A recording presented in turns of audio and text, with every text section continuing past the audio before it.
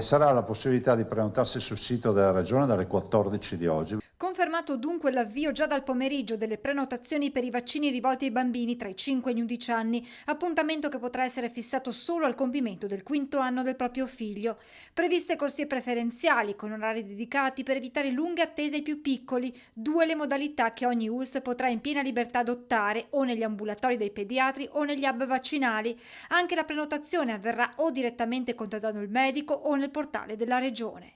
Abbiamo due arrivi. Il primo arrivano 186.000 dosi il 15 e altre 60.000 dosi il 5 di gennaio. Se quella delle vaccinazioni è un'ulteriore arma nella lotta al virus, si apre una nuova frontiera anche per le cure ai pazienti Covid. Stanno arrivando sempre per gennaio i famosi antivirali dedicati al Covid. Per quanto riguarda il quadro epidemiologico del Veneto, che registra oggi un'incidenza del 5,50%, preoccupa la pressione ospedaliera, con un tasso di occupazione delle terapie intensive ormai prossimo al 13% e dell'area medica al 13,7%, ovvero manca un 1,3% per raggiungere la soglia del 15%, che fa scattare automaticamente il passaggio di zona. Penso che il bollettino di venerdì si possa riservare, salvo resti dell'infezione con dimissioni ciclopiche, purtroppo ci riserverà la classificazione del lunedì prossimo di zona gialla. Natale in giallo, questo sì,